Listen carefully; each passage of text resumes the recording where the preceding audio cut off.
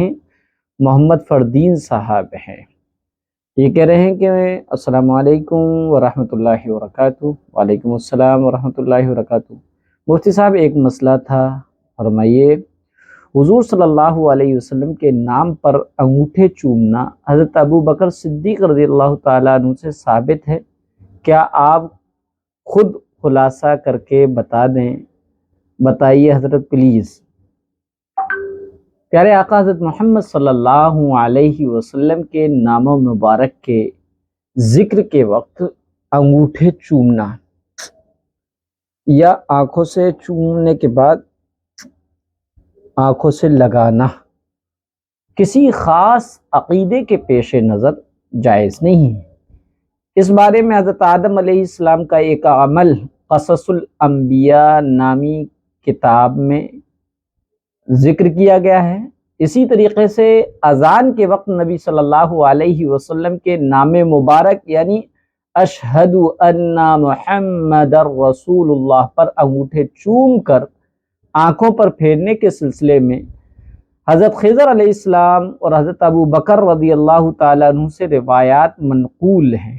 لیکن یہ تمام کی تمام روایات اور احادیث موضوع ہیں، من گھڑت ہے۔ علامہ شامی رحمۃ اللہ علیہ فرماتے ہیں کہ اس طرح کی کوئی روایت صحیح نہیں ہے۔ علامہ جراحی نے اس کو ذکر کر کے، اس طرح کی روایتوں کو ذکر کر کے اس پر لمبی بحث کی، پھر فرمایا اس سلسلے میں کوئی مرفوع حدیث ثابت نہیں ہے۔ علامہ سخاوی رحمۃ اللہ علیہ نے بھی فرمایا اس سلسلے میں کوئی حدیث ایسی نہیں ہے جس کے بارے میں دلیل بنا کر یہ کہا جا سکے کہ یہ واقعی جو ہے ایک ایسا عمل ہے جس پر عمل کیا جائے، یا واقعی حضرت ابو بکر رضی اللہ تعالیٰ عنہ کا معمول تھا، تو یہ یاد رکھا جائے کہ حضرت ابو بکر رضی اللہ تعالیٰ عنہ کا یہ معمول نہیں تھا۔ اور اسی طریقے سے یہ کہنا کہ حضرت ابو بکر رضی اللہ تعالیٰ عنہ چوما کرتے تھے،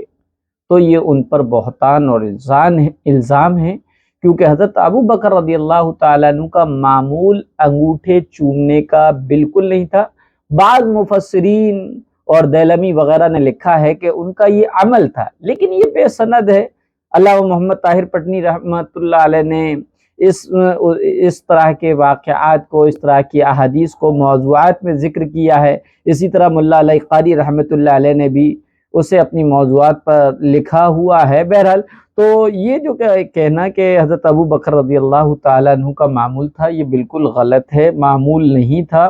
البتہ یہ ہے کہ اب کلیئر مسئلہ یہ کہ اذان میں انگوٹھے چومنا شریعت میں ثابت نہیں، اور جو روایت حضرت ابو بکر صدیق رضی اللہ تعالیٰ عنہ سے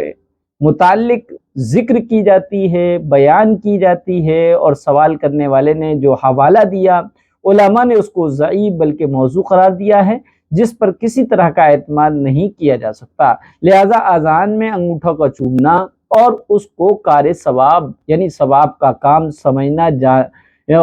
جاننا، یہ خلاف سنت اور بدعت ہے، جس سے بہرحال اجتناب لازم اور ضروری ہے۔ اور جو یہ کہا گیا حضرت آدم علیہ السلام کا واقعہ بھی جو بیان کیا گیا، یہ بھی بے سند ہے، اس کی کوئی اصلیت قرآن و حدیث میں نہیں ہے۔ حضرت آدم علیہ السلام کا تذکرہ سورہ اعراف کے دوسرے رکوع میں فرمایا گیا، جس میں حضرت آدم علیہ السلام کے انگوٹھے چومنے سے متعلق کہیں سے کہیں تک کوئی تذکرہ نہیں ہے، سوائے جو ہے اس طرح کی من گھڑت باتیں ذکر کر دی گئی ہیں۔ اور موجودہ دور میں جبکہ اس کو ایک خاص فرقے کے لوگ، خاص مسلک کے لوگ جو ہے انگوٹھے چومنے کو عبادت، عشق رسول کا سرٹیفکیٹ سمجھیں، اور جو انگوٹھے نہ چومیں یا آنکھوں سے نہ لگائیں ان کو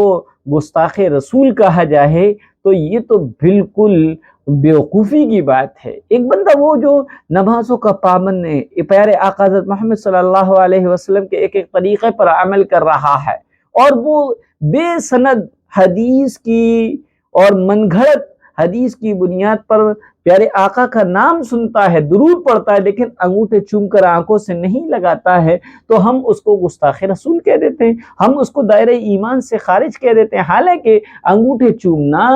اور یا پیارے آقا کو نام سن کر انگوٹھوں کو آنکھوں سے لگانا، یہ کسی صحیح ترین حدیث میں بھی نہیں آیا ہے۔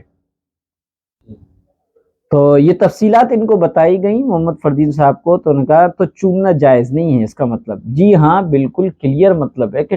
چومنا، اور یقیناً جو لوگ پیارے آقا حضرت محمد صلی اللہ علیہ وسلم کا نام سن کر انگوٹھے چومتے ہیں یا آنکھوں سے لگاتے ہیں، وہ اس کو بڑی سنتوں میں سے ایک سنت سمجھتے ہیں۔ ان کو کھانا کھانے کے بعد دعا پڑھنا یاد ہو یا نہ ہو، ان کو جو ہے پانی پینے کے بعد یا پانی پینے کی جو 6 سنتیں وہ یاد ہوں یا نہ ہوں، ان پر عمل ہو یا نہ ہو، لیکن پیارے آقا کا نام سن کر انگوٹھے چومنا اور آنکھوں سے لگانے کو وہ اتنا بڑا ثواب کا کام سمجھتے ہیں، گویا کہ فرض کے درجے میں لے رکھا ہے، اور اگر کوئی نہیں کرتا ہے تو اس کو دائرہ اسلام سے خارج کر دیتے ہیں۔ اس لیے اس بنیاد پہ کہا جا سکتا ہے کہ انگوٹھے چومنا بالکل درست نہیں ہے۔